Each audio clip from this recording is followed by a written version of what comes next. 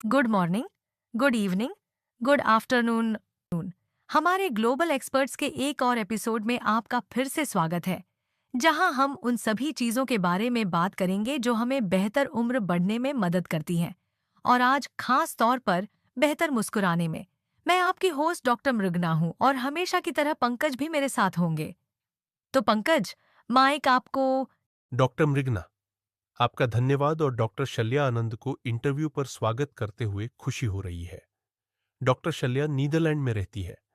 जब मैंने उनसे जेरियाट्रिक डेंटिस्ट्री के बारे में बात की, तो हमने तय किया कि यह एक जरूरी विषय है जिसे सबसे आगे लाने और इस पर विस्तार से चर्चा करने की जरूरत है। डॉक्टर शल्या एक काबिल प्रोफेशनल है। उन्हें भारत के साथ साथ नीदरलैंड में भी 30 साल से ज्यादा का क्लिनिकल डेंटिस्ट्री का अनुभव है। उन्होंने कई ऑर्गेनाइजेशन, एकेडमिक इंस्टीट्यूशन और हार्वर्ड और दूसरे जाने माने कॉलेजों के साथ पार्टनरशिप और कोलेबोरेट किया है। अब वह बड़े मकसद के लिए ऑरल हेल्थ और जेरियाट्रिक डेंटिस्ट्री को प्रमोट करने और सपोर्ट करने की कोशिश कर रही है। इस सेशन के लिए उनका होना सच में सम्मान की बात है। तो स्वागत है डॉक्टर शल्या। धन्यवाद। यहाँ आकर खुशी हुई। मुझे लगता है कि आप एक बहुत अच्छा काम कर रहे हैं और इसके साथ पार्टनरशिप करके और सभी के लिए ओरल हेल्थ लाना एक अच्छा एहसास है। तो मुझे लगता है डॉक्टर, आपकी मुस्कान बहुत चमकदार है। मेरा आपसे पहला सवाल यह होगा कि जेरियाट्रिक डेंटिस्ट्री, डेंटिस्ट असल में क्या है? एक जनरल डेंटिस्ट और जेरियाट्रिक आबादी के लिए काम करने वाले किसी व्यक्ति में क्या अंतर है? मुझे लगता है कि यह एक बहुत अच्छा सवाल है क्योंकि इस क्लैरिटी को हाईलाइट करने की ज़रूरत है। तो जेरियाट्रिक डेंटिस्ट्री एक स्पेशलाइज्ड फील्ड है जो बुजुर्गों के ओरल हेल्थ एरिया पर फोकस करती है, जो उनकी मुश्किल ज़रूरतों को पूरा करती है क्योंकि उम्र से जुड़े फिजियोलॉजिकल बदलावों की वजह से वे बहुत यूनिक होते हैं। डायबिटीज़ या हाइपरटेंशन जैसी मल्टी मॉर्बिडिटीज़ जैसी पुरानी बीमारी, आप किसी भी मरीज को देखते हैं कि वे एक तय उम्र के बाद दिन में लगभग 16 या 17 टैबलेट खा रहे हैं। पॉलीफार्मेसी, दवा का असर।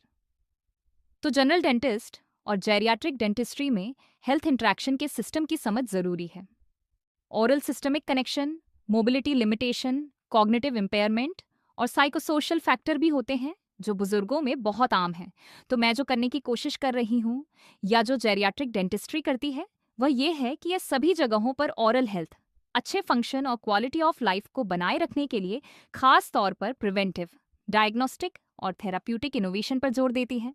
ये सच में काफी जानकारी देने वाली बात है, क्योंकि अभी तक भारत एक बहुत अलग तरह का देश रहा है और शायद ओरल हेल्थ की अच्छी आदतें नहीं रखता। मुझे लगता है कि ये कुछ ऐसा है जो सच में एजुकेट करेगा और हाईलाइट करेगा। सर्विस प्रोवाइडर्स के साथ साथ बुजुर्ग लोगों, परिवार के सदस्यों और आम लोगों के बीच ओरल केयर और स्लैश या जेरियाट्रिक डेंटिस्ट्री की जरूरत है। तो डॉक्टर शल्या, मेरा सवाल यह होगा कि ओरल हेल्थ और डेंटल हेल्थ में असल में क्या अंतर है, क्योंकि यह सब्जेक्ट हम सभी के लिए कुछ नया है और हम ओरल पार्ट और डेंटल पार्ट के बारे में थोड़ा और समझना चाहेंगे। मज़ेदार बात यह है कि 1995 में मैंने अपनी प्रैक्टिस शुरू की। मुझे 30 साल हो गए हैं इस फील्ड में। इतने सालों में ओरल हेल्थ का कॉन्सेप्ट साफ हो गया। ये कुछ ऐसा है जिसे मैंने हमेशा प्रैक्टिस किया है, लेकिन यह तब हुआ जब मैंने पिछले 5 सालों में अपनी 2 मास्टर्स के दौरान एकेडेमिया में कदम रखा। तब मुझे एहसास हुआ कि ओरल हेल्थ और डेंटल हेल्थ में बहुत फ़र्क है और पूरी दुनिया सिर्फ दांतों और मसूड़ों के बारे में बात करती है। हम डेंटिस्ट के पास तभी जाते हैं जब हमें दर्द होता है, लेकिन ओरल हेल्थ सिर्फ इतनी ही नहीं है। असल में एक रिसर्च कहती है कि ओरल हेल्थ एक बहुत बड़ा कॉन्सेप्ट है जिसके अंदर ओरल स्ट्रक्चर की हेल्थ शामिल है, जिसमें हमारे होंठ, हमारी जीभ, मसूड़े, म्यूकोसा और आखिर में दांत भी शामिल हैं। लेकिन होता यह है कि डेंटल हेल्थ सिर्फ दांतों और मसूड़ों के बारे में ही देखते हैं। तो हम सब डेंटल केयर के बारे में बात करते हैं, हम मसूड़ों की बीमारी के बारे में बात करते हैं। ओरल हेल्थ बोलने, निगलने की क्षमता भी है, अच्छी तरह से चुन पाना, स्वाद ले पाना। मैं हमेशा यही कहता हूँ कि अपनी जिंदगी के आखिर में हमें जिंदगी का मजा लेने के लिए सबसे अच्छा क्या खाना चाहिए, और अगर मुंह की कमजोरी की वजह से हमारी ओरल हेल्थ खराब है तो यह एक बड़ी समस्या हो सकती है। हम हड्डियों की कमजोरी, अपनी कमजोरियों, शारीरिक और शारीरिक गिरावट के बारे में बात करते हैं, लेकिन कोई भी मुंह की कमजोरी के बारे में बात नहीं करता। मुंह की कमजोरी मुंह में होने वाले धीरे धीरे होने वाले शारीरिक बदलाव हैं। दांतों की संख्या कम हो जाती है। पॉलीफार्मेसी और बीमारियों की वजह से मुंह में सूखापन रहता है, इसीलिए मरीजों को लगातार दिक्कतें होती हैं। सूखेपन की वजह से लार टिश्यू से नहीं मिल पाती, जिससे सड्डन होती है। तो मैं ये कहने की कोशिश कर रही हूँ कि ओरल हेल्थ में सब कुछ शामिल है और इसमें चबाना, छूना, बोलना जैसे ज़रूरी काम शामिल हैं। तो असल में हमें ओरल हेल्थ का ध्यान रखना चाहिए, क्योंकि ये हमारी ज़िंदगी की क्वालिटी पर असर डालता है। मैंने अपने सभी मरीजों को ये कहते सुना है, मैडम, एक निकल जाएगा तो इससे कोई फ़र्क नहीं पड़ता, क्योंकि हम सोचते हैं कि हमारे 32 दांत हैं, लेकिन मरीजों के मुंह में बैलेंस और अच्छी हेल्थ बनाए रखने के लिए हर दांत ज़रूरी है। तो यही बेसिक फ़र्क है। ओरल और डेंटल हेल्थ ज़रूरी है, क्योंकि ओरल बीमारियों को भी जुड़ा हुआ माना जाता है। उनका डायबिटीज़ जैसी सिस्टमिक बीमारियों से दो तरफा रिश्ता होता है। कार्डियोवैस्कुलर बीमारियों की तरह ऐसी रिसर्च है जो इस बात का सबूत देती है कि ये अल्जाइमर, डिमेंशिया और हाल ही में पैंक्रियाटिक कैंसर से जुड़ा है। तो एक रिश्ता है, और इसीलिए हमें इंटीग्रेटेड केयर अप्रोच और अवेयरनेस की ज़रूरत है। लोगों को पता नहीं है कि ओरल हेल्थ इतनी ज़रूरी है। ये बहुत दिलचस्प है और मैं इसे आगे बढ़ाना चाहूंगा और मैं अपने पिता का उदाहरण देना चाहता हूं। मैं उनका उदाहरण इसलिए लेता हूं क्योंकि उनको मुंह का कैंसर था, तो जाहिर है कि उन्हें खाने में उतना मजा नहीं आ पाता है। तो कभी कभी जब हम खाना ऑर्डर करते हैं तो वह कहता है, ओह मेरा डेंचर रिपेयर के लिए गया है, मैं आज ये खाना नहीं खा पाऊंगा। तो शायद ये बायोलॉजिकल पहलू नहीं है, ये ऐसा है कि तुम लोग खा रहे हो, मैं भी खाना चाहता हूं लेकिन खा नहीं पाता। आप सही कह रहे हैं, क्योंकि अच्छी ओरल हेल्थ के साइकोलॉजिकल पहलुओं पर कभी बात नहीं होती। हम खाने की फंक्शनल एबिलिटी और खाना चबाने के बारे में बात करते हैं। हम डेंचर या दांत गायब होने के बारे में बात नहीं करते। कैंसर के बारे में आपने जो कहा, अगर मैं ये जोड़ सकती हूँ, तो ये मेरा पहला पब्लिश्ड पेपर था। अब 4 हो चुके हैं, लेकिन मेरी थीसिस के पहले टॉपिक में मैंने कैंसर के पुराने मरीजों के इलाज में ओरल हेल्थ को शामिल करने के बारे में बात की थी। तो ये वह टॉपिक है जिसे मैंने अपनी masters of healthy ageing and rehabilitation में चुना था। और मैंने ये कोर्स इसीलिए किया क्योंकि मेरी ज़िंदगी में एक मरीज़ ऐसा था जिसका मैं इलाज नहीं कर सकी, और वह भी पढ़ाई के लिए जाने से 26 साल पहले। मुझे सच में नहीं पता था, क्योंकि हमें कैंसर से निपटना नहीं सिखाया जाता है। हमें नहीं पता था कि उन्हें कैसे रिहैबिलिटेट किया जाए, और मैं उनके लिए कोई स्पेशलिस्ट भी नहीं ढूंढ पाई। इसीलिए मैंने अपनी पूरी थीसिस उसी पर आधारित की, और मैं उसी पर फोकस कर रही हूँ। और आप बिल्कुल सही हैं, ये है साइकोसोशल पहलू क्वालिटी ऑफ लाइफ का एक हिस्सा है, जो फिर से ओरल हेल्थ है। ये डेंटल हेल्थ नहीं है, ये ओरल हेल्थ है। तो दूसरी बात बहुत दिलचस्प है। सच कहूं तो जब हम बात कर रहे हैं, सोशल हेल्थ पर भी असर पड़ता है, और यह भी कि चबाने, निगलने या मुस्कुराने जैसी छोटी छोटी चीजों पर भी ऐसे मामलों में असर पड़ता है। और यह उस व्यक्ति पर साइकोलॉजिकली कैसे असर डालता है जो आप जानते हैं कि इन सब से गुजर रहा है। यह सच में एक बहुत असरदार बयान हो सकता है, और मैं समझ रही हूं कि आप क्या कह रही हैं। तो मैंने एक ऐड देखा था, मुझे लगता है कुछ साल पहले। उसमें एक आदमी की तस्वीर थी जिसकी एक आईब्रो और एक दांत गायब था, और ये ऐसा होना चाहिए था जो पहले आपका ध्यान खींचे। आईब्रो गायब या दांत गायब। और मुझे लगता है कि 80% से ज्यादा जवाब देने वालों के लिए यह दांत गायब था, आईब्रो गायब नहीं थी।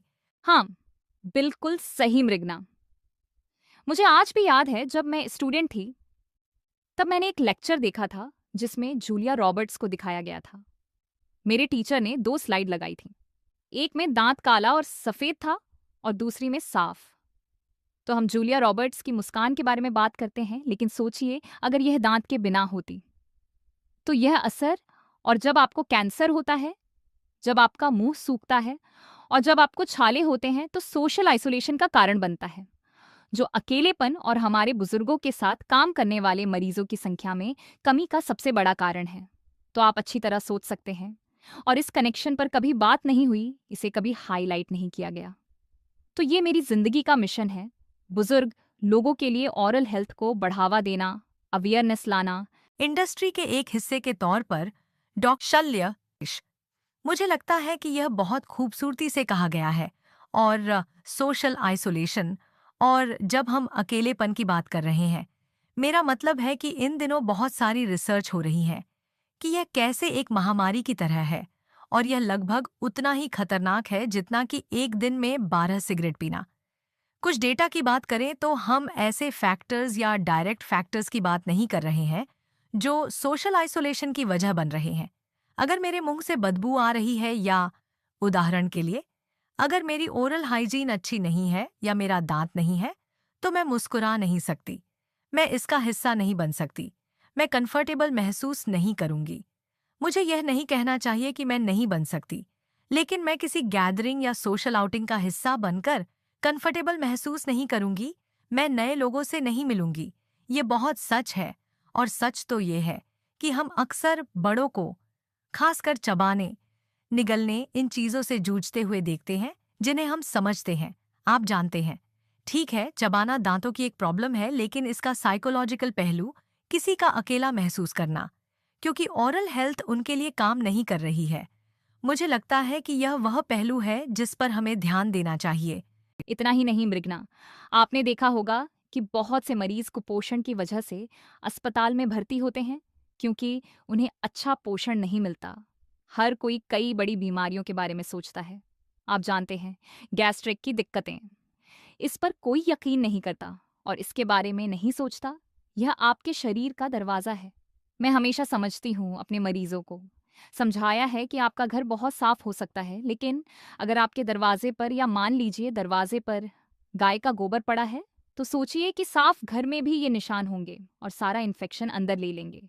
और इसी तरह अगर आपके मुंह में इन्फेक्शन है तो वह आपके अपने शरीर में जाएगा और आपने इन्फेक्शन वाले हिस्से, दर्द वाले हिस्से, काम करने की क्षमता, साइकोसोशल क्षमता के बारे में जो कहा, किसी को कभी एहसास नहीं होता कि कुपोषण हो सकता है कि लड़के को या लड़की को या बड़े आदमी को कुछ अल्सर है, उसके दांत नहीं है, उसके दांत में दर्द है।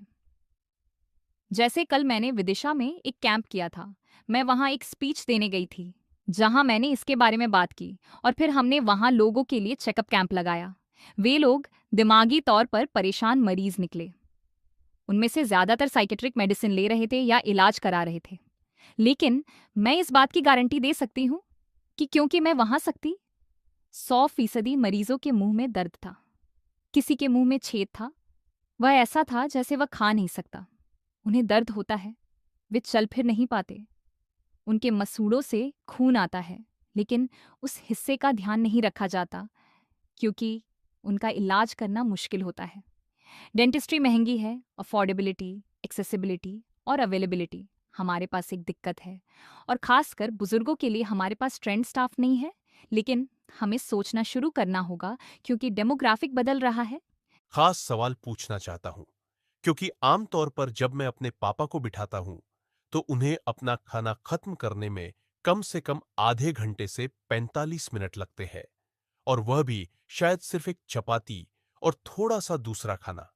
क्योंकि उनके मुंह की बनावट अब ऐसी हो गई है, तो निगलने और चबाने के मामले में ओरल हेल्थ और उससे जुड़ी डेंटिस्ट्री कितनी जरूरी है। 100% ठीक यही है, क्योंकि ये ओरल हेल्थ है। आपकी जीभ की पोजीशन, होंठ, मसूड़े, आपका म्यूकोसा, इन सब का हेल्दी होना जरूरी है। तो जो आपने पहले कहा, मैं वही करने जा रही हूँ क्योंकि मैं एक डेंटिस्ट होने के साथ साथ एक रिसर्चर भी हूँ।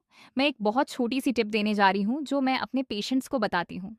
उनसे कहो कि वे अपनी रोटी दाल में डालें, खाना शुरू करने से पहले उसे कुछ देर भिगो दें और फिर उसे हाथ से मसलकर निगल लें। उनके न्यूट्रिशन पर असर नहीं पड़ना चाहिए। उनका पूरा प्रोटीन इनटेक, कार्ब्स, विटामिन्स, वे कम नहीं होने चाहिए। कुपोषण नहीं होना चाहिए क्योंकि चबाने में प्रॉब्लम है। हमें बस सारा खाना अंदर लेने का एक अलग तरीका ढूंढना होगा, लेकिन निगलने में नहीं। अगर आपकी जीभ हेल्दी नहीं है, अगर आपको अल्सर है, अगर आपकी मसल्स अच्छी नहीं है, फिजियोलॉजिकल गिरावट है, यही ओरल प्रायोरिटी है, क्योंकि हमारी मसल्स कमजोर हो जाती हैं। इसीलिए आपने बहुत से बुजुर्ग लोगों को लार टपकाते हुए देखा होगा। हाँ, मेरे पिता को ऑपरेशन की वजह से बीप पहनना पड़ता है। आधे समय तो आधा लीटर लार नीचे गिरती रहती है, लेकिन फिर खाने का कोई और तरीका नहीं होता। हाँ, मैं बस आपको कुछ ट्रिक्स बता सकती हूँ कि वह यह कैसे कर सकते हैं। आप जानते हैं, हम पंजाबी में कहते हैं रोटी डुबो के खाना। जैसे आप इसे दाल में डालते हैं, इसे अच्छी तरह मिलाते हैं। जैसे मेरे पापा को जब दांतों की कुछ दिक्कतें हुई, तो मुझे याद है मैंने उनके लिए चिकन दलिया बनाया था। तो खाने में कोई कॉम्प्रोमाइज़ नहीं, बस यहाँ कुक की इनोवेटिव काबिलियत होनी चाहिए, क्योंकि लार टपकेगी। लेकिन आपके पापा की एक बड़ी सर्जरी हुई है। ऐसे लोग हैं जो रेगुलर तौर पर बूढ़े हो रहे हैं और इसे रोक नहीं पाते क्योंकि वे अपने मुंह की एक्सरसाइज नहीं करते। कोई उन्हें नहीं बताता। दिक्कत यह है कि अवेयरनेस की कमी है। अगर लोगों को बताया जाए कि जब आप बूढ़े हो जाएंगे तो ऐसा ही होगा, और एक्सरसाइज, मुंह की एक्सरसाइज आपके रूटीन का हिस्सा बन जाएंगी। आपकी और मेरी तरह मृगना को अभी भी बहुत लंबा रास्ता तय करना है, लेकिन हम अभी भी अपनी एक्सरसाइज शुरू कर सकते हैं। मुंह की एक्सरसाइज से आपका क्या मतलब है? शल्या, मैं भी इस बारे में बहुत उत्सुक हूँ। हम सच में जानना चाहते हैं कि आपने अभी जो कहा वह बहुत दिलचस्प है। मृगना, मैं ये सब इसलिए सोच रही हूँ क्योंकि मुझे नहीं पता कि तुमने इसे चेक किया है या नहीं, लेकिन मैं oral health literacy division, health literacy association की चेयर हूँ। तो मैं मैक्स प्लैंक रिसर्चर्स के साथ एक डेंटल टूल बॉक्स बना रही हूँ, और ये जल्द ही पब्लिश होगा। और हेल्थ लिटरेसी के लिए भी मैं वहाँ कुछ कंटेंट बनाऊंगी, और मैं एक स्टडी करना चाहती हूँ जिस पर मैं अभी काम कर रही हूँ। और इसीलिए मैं यहाँ इंडिया में बुजुर्ग लोगों के लिए हूँ, ताकि मैं उन्हें एक बहुत ही innovative AI based home subscription oral health screening दे सकूं, जैसा आप अपने 50+ असिस्ट में कर सकते हो। और स्टडी के बेसिस पर मैं उनके साथ इसे contextual patient based code design बनाऊंगी। ये उन टिपिकल 4 चीज़ों जैसा नहीं होगा जो आप जानती हो। रोज़ 2 बार ब्रश करो, अपने दांतों को फ्लॉस करो, हेल्दी खाओ, और हर 6 महीने में डेंटिस्ट के पास जाओ। यही सबको बताया जा रहा है। लेकिन इसके बावजूद हमारे यहाँ 3.7 बिलियन लोग दांतों की बीमारियों से जूझ रहे हैं। मैं पूरी कोशिश कर रही हूँ 1 साल के अंदर। उम्मीद है कि मैं आपको एक पूरा स्ट्रक्चर दे पाऊंगी कि कौन सी एक्सरसाइज करनी है, और उसे इस तरह से रखूंगी कि हम उसे ओल्ड एज होम में बांट सकें, टेबल के पास और उनके वॉश बेसिन के पास रख सकें, और वे इसे अपने रूटीन का हिस्सा बना सकें। कल की तरह विदिशा में शीशे के सामने खड़े हो जाइए। इस ओल्ड एज होम में, इस जगह पर वे हर बार खाना खाते समय नमक का पानी पिएंगे। ये इंतजाम किया गया है कि उन्हें थोड़ा नमक मिला हुआ पानी दिया जाएगा, ताकि वे हर बार खाने के बाद कुल्ला कर सकें। मैं हर मरीज का इलाज नहीं कर सकती, लेकिन हम बहुत सारे ट्रॉमा और दर्द को रोक सकते हैं। यही तस्वीर है। मुझे लगता है कि यह बहुत अच्छा है। हम इस एक्सरसाइज प्रोग्राम और इस प्लान का बेसब्री से इंतजार कर रहे हैं, जो सच में मुझे लगता है कि इसे हल कर सकता है, क्योंकि उनकी संख्या बहुत ज्यादा है। ये एक देश और धरती पर आबादी के तौर पर सच है। मुझे लगता है कि दुनिया भर में डेंटिस्ट के पास जितने रिसोर्स हैं, उनके मुकाबले बहुत सारे लोग हैं। ऐसा नहीं है, ये बराबर नहीं बटा हुआ है। इसीलिए कोई टूल, कोई ऐसी चीज होना जिससे लोगों को रोकने में मदद मिल सके, मुझे लगता है कि ये बहुत बढ़िया होगा। और मुझे लगता है कि ये बहुत दिलचस्प रहा है शल्या, जब हमने अलग अलग स्थितियों के सोशल असर, न्यूट्रिशनल असर के बारे में बात की थी।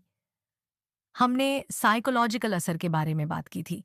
चलिए एक ऐसी चीज के बारे में बात करते हैं जो मैं हमेशा से पूछना चाहता था। आप जानते हैं, किसी से, मेरे अपने डेंटिस्ट से नहीं, और मुझे उम्मीद है कि वह सुन नहीं रहा होगा, लेकिन मैं सच में हमेशा आदतों के बारे में पूछना चाहती थी। खासकर भारत जैसे अलग अलग तरह के देश में हर कोई टूथपेस्ट इस्तेमाल नहीं कर रहा है। मैंने गांवों में लोगों को नीम की डंडियों और पाउडर और चारकोल जैसी रगड़ने वाली चीजों का इस्तेमाल करते देखा है। इस बारे में आपकी क्या राय है? आप लोगों के सवाल सच में बहुत अच्छे हैं। क्या मैंने आपको बताया? बहुत बहुत अच्छा किया। तो मैं ये कहूँगा कि इंडिया में मुंह की सफाई के अलग अलग तरीके हमारी संस्कृति को दिखाते हैं, लोगों की सामाजिक आर्थिक स्थिति और पढ़ाई लिखाई में अंतर को भी दिखाते हैं। मुझे वे गलत नहीं लगते। टूथपेस्ट करना बहुत अच्छी बात है, लेकिन बहुत से लोग टूथपेस्ट इस्तेमाल करते हैं। इसे 2 मिनट तक करना चाहिए।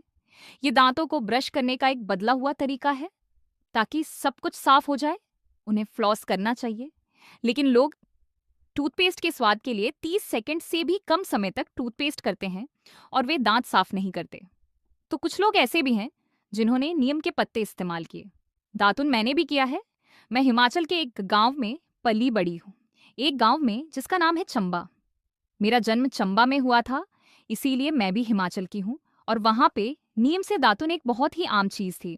तो आप इसे लंबे समय तक चबाते हैं, इससे पहले कि आप वास्तव में रस निकालना शुरू करें। और मेरा विश्वास करो, आज की पीढ़ी हम देख रहे हैं कि उनके 32 दांत हुआ करते थे। अब विकास के कारण, आहार परिवर्तनों के कारण बच्चे केवल 28 दांत के साथ पैदा हो रहे हैं। उनके पास चौथा तीसरा दांत बिल्कुल नहीं है। तो एक बदलाव विकास हो रहा है। तो नीम का दातुन जो मूल था, उनमें इस तरह के कुछ रसायन होते थे जो निकलते थे ताकि ये काम करे। अवधारणा आदत है, इसे साफ रखने का रवैया है। इसीलिए जबकि टूथपेस्ट शहरी सेटिंग्स में व्यापक रूप से उपयोग किया जाता है, पारंपरिक तरीकों का ग्रामीण क्षेत्रों में अलग अलग प्रभावकारिता है। मैं ये नहीं कहूँगा कि वे गलत हैं। इसकी डाइवर्सिटी कुछ कल्चरली सेंसिटिव एजुकेशन की ज़रूरत को दिखाती है, जिसके बारे में मैं बात कर रही थी। को डिजाइनिंग और कॉन्टेक्सचुअल एजुकेशन, जिसका फोकस उन्हें साफ रखने के बारे में अवेयरनेस बढ़ाने पर है। जब तक आप अपना मुंह साफ न कर लें, तब तक सोने न जाए। शायद नीम की डंडी से, या शायद पानी से कुल्ला करके, शायद ब्रश से। क्योंकि अगर आप टूथपेस्ट इस्तेमाल करते हैं लेकिन आपकी उंगली आपके दांतों के बीच नहीं जाती है, तो ये काम नहीं करता है। जब मैं जर्मनी में होती हूँ तो हर कोई फ्लॉस करता है, ये बचपन से ही आदत बन जाती है। मेरे हिसाब से तो कई डेंटिस्ट भी फ्लॉस नहीं करते, क्योंकि यह आदत का हिस्सा नहीं है। लेकिन मैं भी इसी पर काम कर रही हूँ। मैं कह सकती हूँ कि इसी तरह हम बिहेवियरल साइकोलॉजी पा सकते हैं। महिलाओं के हेल्थ बिहेवियर को बढ़ावा देने के लिए काम करना।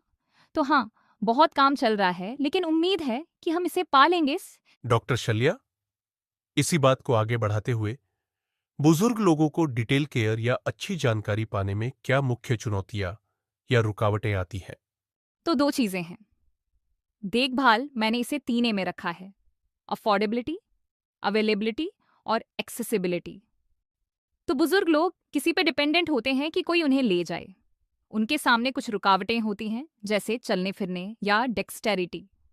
जैसे फिजिकल लिमिटेशन, वे टूथब्रश नहीं पकड़ सकते, और सभी टूथब्रश सभी के लिए एक साइज के बनाए जाते हैं। तो मेरा सपना रहा है कि ऐसे स्पेशल टूथब्रश बनाए जाएं जिन्हें आर्थराइटिस वाले लोगों, उन्हें पकड़ने वाले या दिमागी तौर पर कमजोर लोगों के लिए डिजाइन किया जा सके। तो ये कुछ ऐसा है जो दुनिया में अभी भी मिसिंग है। बेशक ये महंगा है, डेंटिस्ट्री महंगी है, और दुख की बात यह है कि लोग डेंटिस्ट के पास तभी आते हैं जब उन्हें दर्द होता है, और हमारे पास कोई चॉइस नहीं होती। अगर आप हमारे पास रूट कैनाल या कैप और क्राउन और इम्प्लांट के लिए आ रहे हैं, तो आप जानते हैं यह बस बढ़ता जाता है। लेकिन अगर आप अपना ख्याल रखते हैं और बेसिक चेकअप के लिए हमसे बात करते हैं, जो साल में एक बार आइडियल है, तो हम समय पर किसी प्रॉब्लम को पहचान सकते हैं और उसे ठीक कर सकते हैं। मुंह की अच्छी आदतें, जागरूकता। अगर हम मुंह की अच्छी आदतें बनाए रखने के लिए जागरूक हैं, तो हमारे दांत जिंदगी भर चलेंगे। आप महाशय को जानते हैं, एमडीएच मसाले वाले? हाँ हाँ, बेशक, उन्हें कौन नहीं जानता। पिताजी मेरे मरीज थे। मैंने उनके सारे दांत बनाए थे। ठीक पहले कोविड के दौरान वह मेरे पास आए थे, क्योंकि वह चेकअप करवाना चाहते थे और उनके सारे दांत थे। मैंने बस उनके असली दांतों पर क्राउन बना दिए। 97 साल की उम्र में भी अगर आप ध्यान रखें तो आपका मुंह हेल्दी रहे, वह हमेशा कहते थे। शल्य, मैं मंजन करता हूँ तो कैसे कह सकते हो मेरे नकली दांत है या मेरे असली दांत है? ये बहुत प्यारा विचार है, लेकिन वे ओरिजिनल थे क्योंकि वह इसे अपने अंगूठे से मसाज करते थे। मसाज करना बहुत जरूरी है, क्योंकि मैं यही सिखाता हूँ, और हमारे मसूड़े ऐसे ही होते हैं। तो उनके बीच एक जगह होती है जो नेचुरल है। जब हम खाना खाते हैं और ब्रश नहीं करते, तो खाना वहां फंस जाता है और वह कैलकुलस बन जाता है, और यही हमारी हड्डियों को कमजोर बनाता है। तो ऐसा लगता है इसमें कोई रॉकेट साइंस नहीं है, ये बहुत आसान है। हमें बस ध्यान रखना है और ये ठीक हो जाएगा। ऐसी कोई रुकावट नहीं होगी। यही रुकावट है जागरूकता की कमी, और इसीलिए मैं हेल्थ लिटरेसी पर फोकस कर रही हूँ।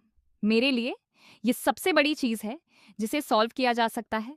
मैं डेंटिस्ट्री को सस्ता नहीं बना सकती, हम में से कोई नहीं बना सकता, लेकिन हम उन 4.4 बिलियन लोगों को रोक सकते हैं और बचा सकते हैं जिन्हें अभी भी कोई बीमारी नहीं है।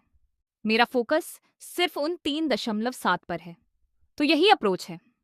मुझे लगता है कि यह अपने आप में एक बहुत बढ़िया तरीका है, और सच तो ये है कि ऑरल लिटरेसी के लिए पढ़ाई लिखाई की जरूरत नहीं होती। ऐसा नहीं है कि सिर्फ पढ़े लिखे लोग ही अपने दांतों का ध्यान रख सकते हैं या उस मायने में ऑरल लिटरेट हो सकते हैं। मेरे अपने उदाहरण से, जैसे मेरी दादी, वह 86 साल की उम्र में गुजर गईं और 86 साल की उम्र में उनके सारे दांत नेचुरली ही थे। मुझे याद है जब मैं बच्ची थी तो वह हमारे लिए गन्ने छीलती थीं, आप जानते हैं, और हमें वे दे देती थीं। हाँ, मुझे पता है, मैं उन्हें खाती थी। हम उन्हें डंडारियां कहते थे। हाँ, बिल्कुल। तो वह हमारे लिए ऐसा करती थीं और उनकी एक बहुत ही आसान आदत थी। अब जब आप बात कर रही हैं तो मुझे याद आ रहा है, वह हमेशा दिन में 2 बार कुल्ला करती थीं और ब्रश करती थीं। सबसे आसान आदतें। और वैसे वह बस छठी ग्रेड पास थीं। वह बहुत ज्यादा पढ़ी लिखी या कुछ और नहीं थीं, लेकिन ये छोटी छोटी आदतें बहुत काम आती हैं। आप इस बारे में बिल्कुल सही कह रही हैं। ये मेरा हिस्सा था। मेरा दूसरा मास्टर्स, जो मैंने European masters in health economics and management में किया था। मेरी थीसिस का टॉपिक था health literacy as a social vaccine. तो मैंने वह gender neutral HPV vaccine mission के लिए किया, क्योंकि वह टॉपिक मेरे दिल के बहुत करीब है। हमारे यहाँ बहुत से युवा हैं जिन्हें HPV की वजह से कैंसर हो रहा है, ओरल कैंसर और ऑनरोफैरिंजियल कैंसर, और इसके बारे में कोई अवेयरनेस नहीं है, लेकिन लोग ठीक हो सकते हैं। तो मैं उस टॉपिक पर नहीं जाऊंगी, वह किसी और समय के लिए है। लेकिन ओरल हेल्थ के लिए मेरा हमेशा से मानना रहा है कि हेल्थ लिटरेसी किसी एक व्यक्ति पर निर्भर नहीं करती। हमारे देश में खासकर हेल्थ केयर या किस डॉक्टर के पास जाना है और किस डॉक्टर के पास नहीं जाना है, ये फैसला कम्युनिटी करती है। और मैं इसे health literacy as a social vaccine कहती हूँ, जैसा कि मैंने आपको ये जानकारी दी। जैसे कल मैंने लोगों से कहा कि आप गुनगुने पानी में नमक डलकर कुल्ला करो। मैंने उनसे कहा कि यह बहुत आसान है। उसके बाद बहुत से लोग मुझसे बात करने आए, यह कितना आसान है। दिन के आखिर में बस एक बार कुल्ला करने से बहुत सी दिक्कतें रोकी जा सकती हैं। और अगर हर कोई 5 लोगों को बताता है और हर कोई इसे फिर से 5 लोगों को ट्रांसफर करता है, तो ये कोविड वायरस की तरह फैलता है। मुझे लगता है कि ये ऑरल हेल्थ वायरस है जिसके फैलने की हम उम्मीद करते हैं। हाँ हाँ, यही मकसद है। आप जानते हैं कि आपको हमेशा कोशिश करनी होती है, इसीलिए मेरी कोशिशों में मेरा साथ देने के लिए धन्यवाद। और इसीलिए जब पंकज ने पूछा तो मैंने ना नहीं कहा। मेरी तरफ से मेरा बस एक आखिरी सवाल है, क्या दांतों की क्वालिटी या मजबूती जेनेटिक है?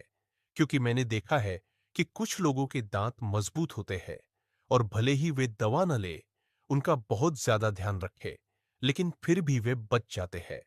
और कुछ लोग जो बहुत रेगुलर तौर पर उनका ध्यान रखते हैं, फिर भी उनके दांतों में बहुत सारी दिक्कतें आ जाती है। तो इसमें जेनेटिक असर होता है, इसमें कोई शक नहीं। आजकल ऐसी स्टडीज हैं जो एपिजेनेटिक्स को भी साबित करती हैं कि माँ के पेट में भी बच्चे को वही मिलता है जिससे माँ गुजर रही होती है।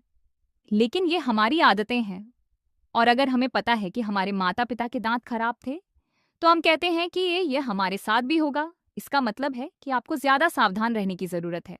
आपको डेंटल चेकअप रेगुलर करवाने चाहिए और प्रॉब्लम को शुरू में ही पकड़ लेना चाहिए, उसे बढ़ने न दें, क्योंकि एक छोटी सी कैविटी को गहरी कैविटी बनने, सेंसिटिविटी पैदा करने या दर्द होने में सालों लग जाते हैं। इसीलिए रेगुलर चेकअप और अच्छी आदतें जरूरी हैं। शल्या, बहुत बढ़िया। तो खत्म करने से पहले मेरा एक सवाल है जो मैं हमारे शो में आने वाले सभी मेहमानों से पूछना पसंद करती हूँ। क्या आपकी जिंदगी में कोई इमोशनल घटना या कोई ऐसी सिचुएशन हुई है जिसने सच में आपके जीवन के मकसद, आपके चुने हुए काम पर असर डाला हो? और क्या आप इसे हमारे साथ शेयर करना चाहेंगे? बिल्कुल। तो मेरी जिंदगी में मोड़ 2011 में आया, मृगना। मेरा क्लिनिक था, सब कुछ बढ़िया था, जिंदगी बहुत खुश थी, और अचानक एक रात 12:10 पर एक कॉल आया। मुझे पता चला कि मेरे पति का एक्सीडेंट हो गया है, और जब तक मैं सुबह बरेली पहुंची, वह नहीं रहे। वह एक और कहानी है, लेकिन मोरेटोरियम में उनके बगल में खड़े होकर मैंने उनसे बस इतना कहा कि यहाँ तेरे कर्म पूरे हो गए।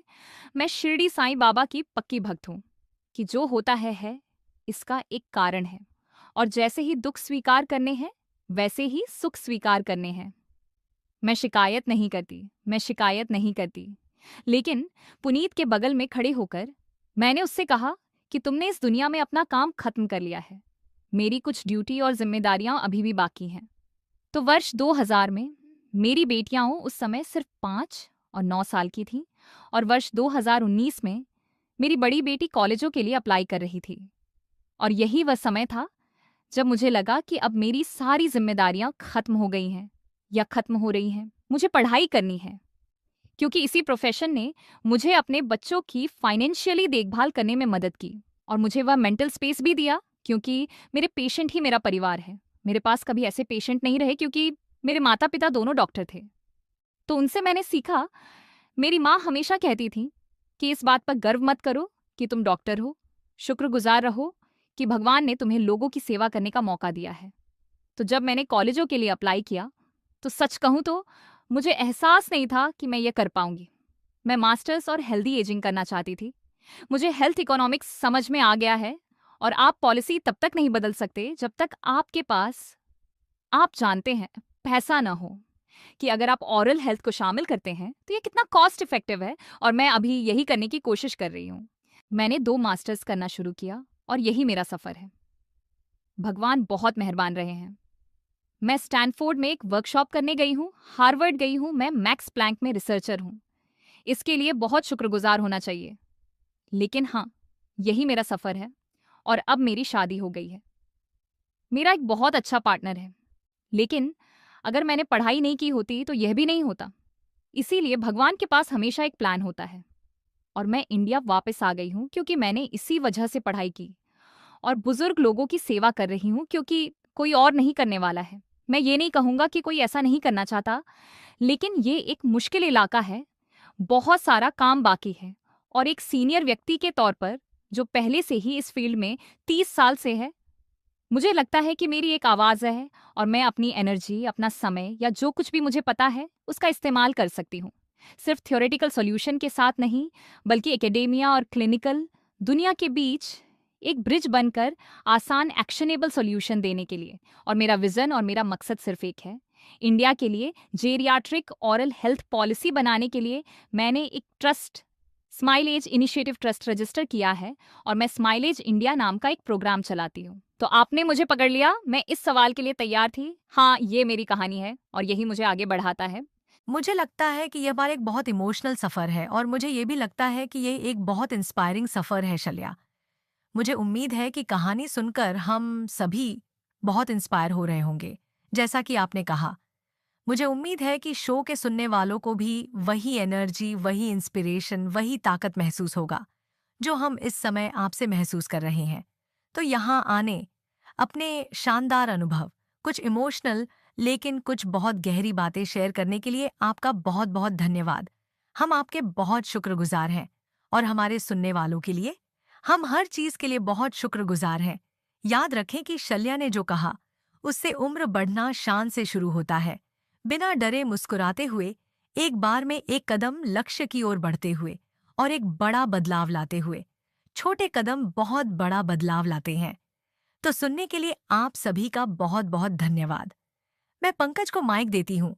मैं दिल से आपका शुक्रिया अदा करता हूं कि यह चर्चा न सिर्फ सिखाने वाला था, बल्कि यह बहुत कनेक्टिंग और बहुत भरोसा दिलाने वाला भी था कि दुनिया में अच्छे लोग हैं जो कुछ करना चाहते हैं। हाँ, बिजनेस, सस्टेनेबिलिटी और प्रोफेशनलिज्म सब कुछ है, लेकिन जब तक आप प्रॉब्लम को ग्रासरूट लेवल और बेसिक लेवल से नहीं समझेंगे, तब तक सस्टेनेबल सॉल्यूशन कभी नहीं निकलेंगे। आइडिया यह है कि टेक्नोलॉजी या किसी भी तरह के सॉल्यूशन को सीधे इंपोर्ट न करे जो दुनिया के एक हिस्से में काम कर रहा हो।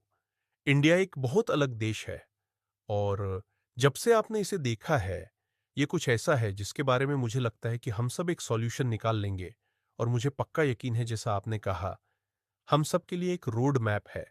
मुझे लगता है कि वह रोड मैप या रोड किसी दूसरी रोड से मिल गई है जो शायद आपके पैरेलल चल रही थी, लेकिन अब उस रोड से जुड़ने और एक बड़ी नदी बनने का समय आ गया है।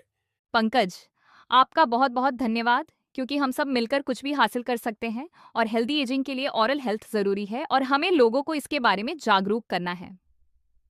तो मेरी बात को आगे बढ़ाने में मेरी मदद करने के लिए आपका बहुत बहुत धन्यवाद, और उम्मीद है कि हम स्माइलेज इंडिया ला पाएंगे। समय लगेगा, लेकिन ये होगा, जरूर होगा।